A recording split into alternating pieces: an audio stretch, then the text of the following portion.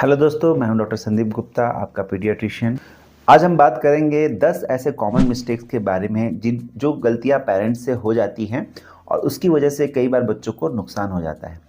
होता यह है कि जब भी बच्चा घर पे आता है, छोटा बच्चा नवजात शिशु आता है, तो जो पहली बार पेरेंट्स हैं उनको बहुत बार कन्फ्यूजन हो जाती है। बहुत सारे रिलेटिव, फ्रेंड्स और जो उनके घर के बड़े लोग होते हैं वो बहुत सारी एडवाइस दे देते हैं पेरेंट्स को, और जिस एडवाइस से पेरेंट्स कभी कंफ्यूज हो जाते हैं क्योंकि उनमें से बहुत सारी एडवाइस सही होती है और कुछ गलत एडवाइस भी हो जाती है। तो आज हम बात करेंगे कि कौन सी ऐसी 10 मिस्टेक हैं जिन्हें हमें अपने छोटे बच्चों में, नवजात शिशु में नहीं करना है। नंबर 1 मिस्टेक जो पेरेंट्स से हो जाती है वो है विटामिन डी की ड्रॉप बच्चों को नहीं देना।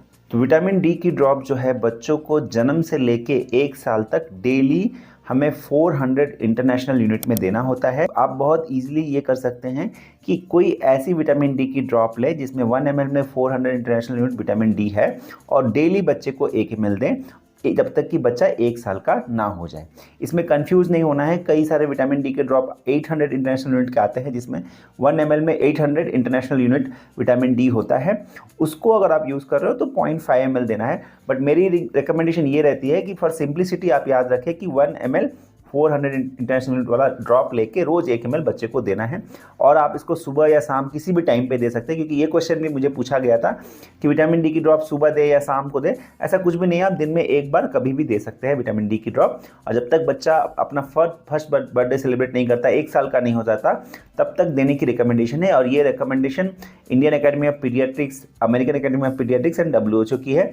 इसका कारण ये है कि शुरुआती साल में 1 साल तक बच्चे को मेजॉरिटी हम ब्रेस्ट फीड करते हैं और माँ के दूध में सारे पोषक तत्व बच्चों के लिए होते हैं, बट विटामिन डी एडिक्वेट मात्रा में नहीं होता है, जिसकी वजह से हमें बच्चों को विटामिन डी का सप्लीमेंटेशन 1 साल की उम्र तक करना चाहिए। विटामिन डी की डिटेल वीडियो हमारे चैनल पे है, उसको आप देख सकते हैं कि बच्चों को विटामिन डी डिफिशियंसी हम कैसे प्रिवेंट कर सकते हैं, कौन से ऐसे फूड आइटम्स खिला सकते हैं जिससे बच्चों को सही मात्रा में विटामिन डी डेली बेसिस पे मिलती रहे। दूसरी जो मिस्टेक होती है, जो बच्चों की नाभि की नाल है, अम्बिलिकल कॉर्ड है, जो गर्भ में माँ को बच्चे से जोड़ता है जिससे बच्चे को पोषक तत्व मिलते हैं, तो उस नाभि के नाल पे हमें कुछ नहीं लगाना है।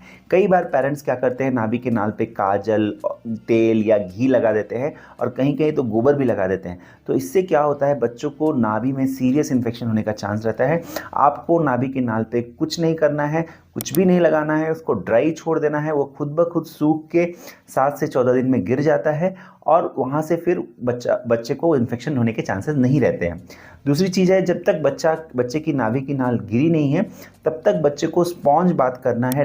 डिप बाथ मतलब का पानी उसके शरीर पे डाल के नहीं नहलाना है। स्पॉन्ज बाथ कपड़े को गीला करके उनकी बॉडी को पोंछ के साफ करना है पहले 7 से 10 दिन तक, जब तक नाभि की नाल गिर ना जाए। तीसरी जो कॉमन मिस्टेक पेरेंट्स करते हैं वो है बच्चों को जन्म के तुरंत बाद घुट्टी देना या शहद देना या चीनी या फिर पानी पिलाना।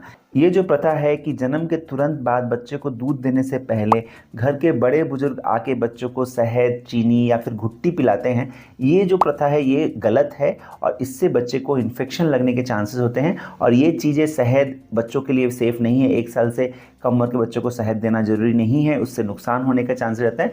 इन्फेंट बोटुलिज्म के नाम की एक डिजीज़ है जो होने के चांसेस, जिससे बच्चे को डेथ का भी रिस्क रहता है। तो 1 साल से कम उम्र के बच्चे को शहद रिकमेंडेड नहीं है।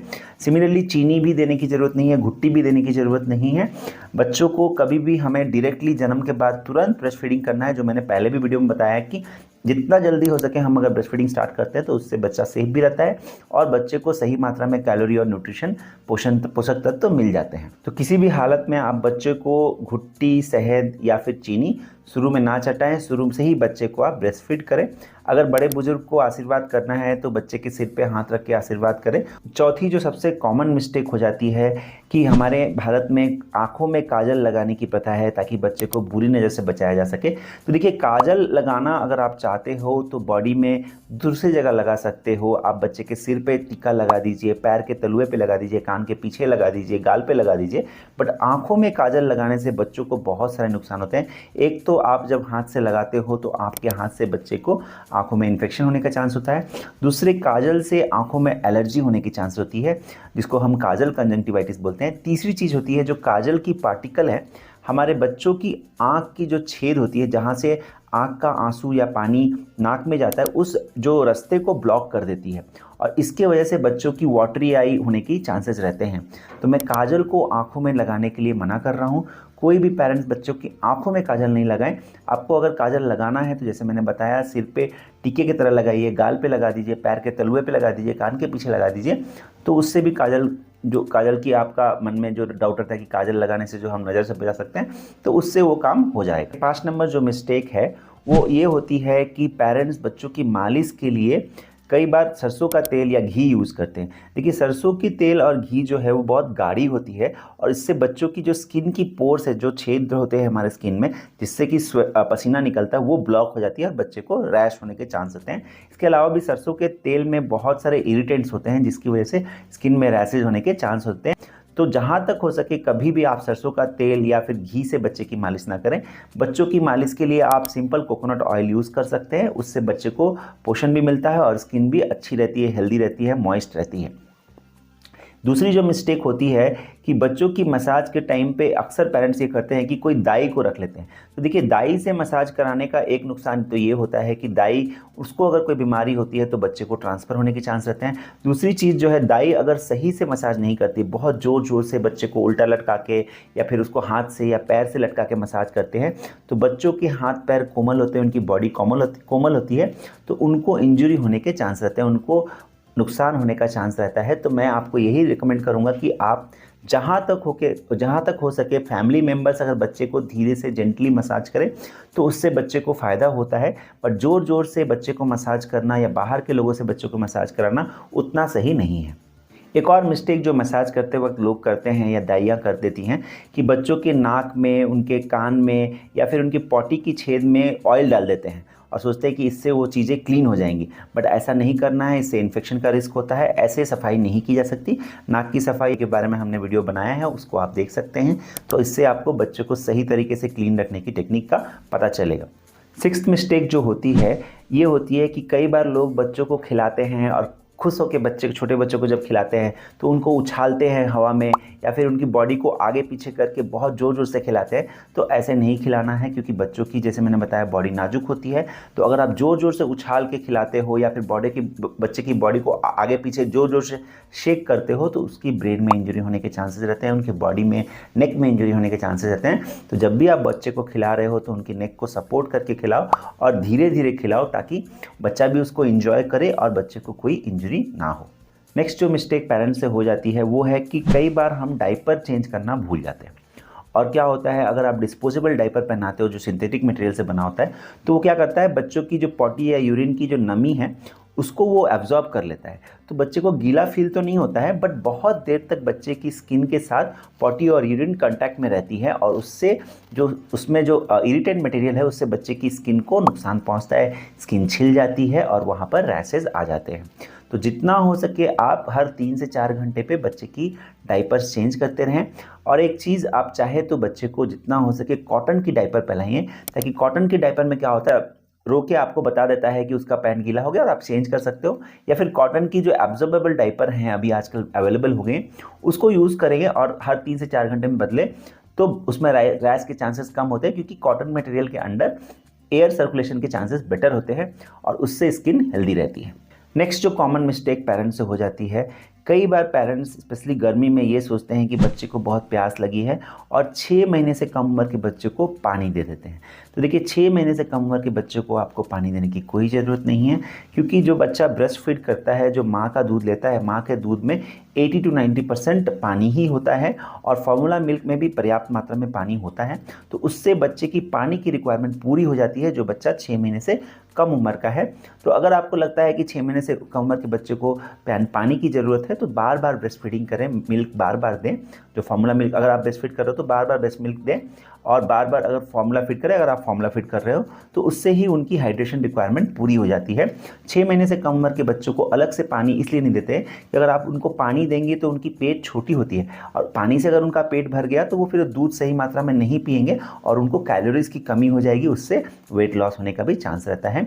तो 6 महीने से कम उम्र के बच्चों को आप पानी ना दें। 6 महीने से बड़े बच्चों को आप धीरे धीरे थोड़ा थोड़ा पानी दें। पानी की रिक्वायरमेंट बच्चों की कैसे पूरी करनी है, एक दिन में बच्चे को कितना पानी देना है, इसके बारे में मैंने एक वीडियो बनाया, उसको आप जरूर देखें। 9th मिस्टेक जो पेरेंट्स से हो जाती है और जो बहुत कॉमन है इंडिया में, कि बच्चों को हम बहुत जल्दी काउ मिल्क स्टार्ट कर देते हैं।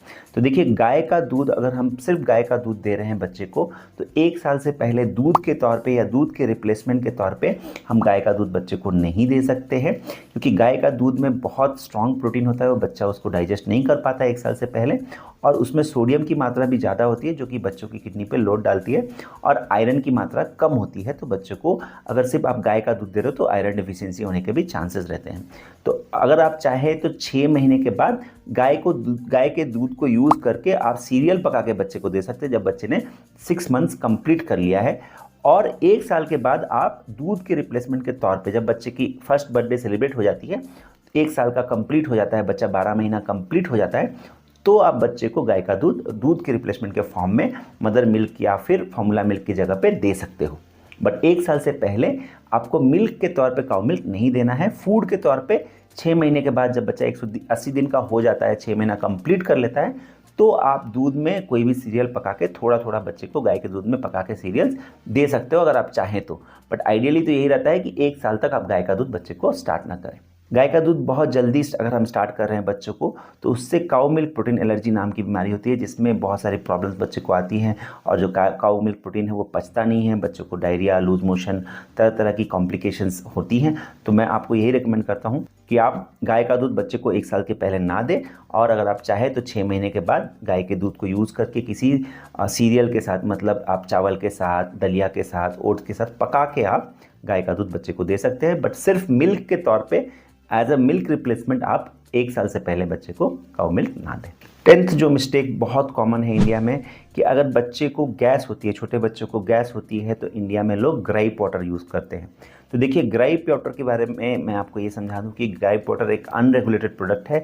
ग्राइप वाटर में चीनी होता है, पेपरमिंट होता है, सोडा बाइकार्ब होता है, और उसकी जो कॉम्पोजिशन है स्टैंडर्ड नहीं है। हर कंपनी अपना अपना ग्राइप वाटर बनाती है, और ये सेफ़ नहीं है, रिकमेंडेड नहीं है बच्चों की गैस के लिए। आप सिमेथिकॉन बेस्ड ड्रॉप का यूज़ करें, कोलिकेट ड्रॉप। 6 महीने से कम बच्चे को हम 5 ड्रॉप्स दे सकते हैं, दिन में 3 बार तक दिया जा सकता है। और 6 महीने से बड़ा बच्चा है, अगर उसको गैस की प्रॉब्लम हो रही है, तो 10 ड्रॉप्स दिया जा सकता है। एक बार डॉक्टर से दिखा के, चेक करा के, अगर गैस की ही प्रॉब्लम है और कोई सीरियस प्रॉब्लम नहीं है, तो आप कोलिकेट ड्रॉप या कोई भी सिमेथिकॉन बेस्ड ड्रॉप यूज़ कर सकते हैं।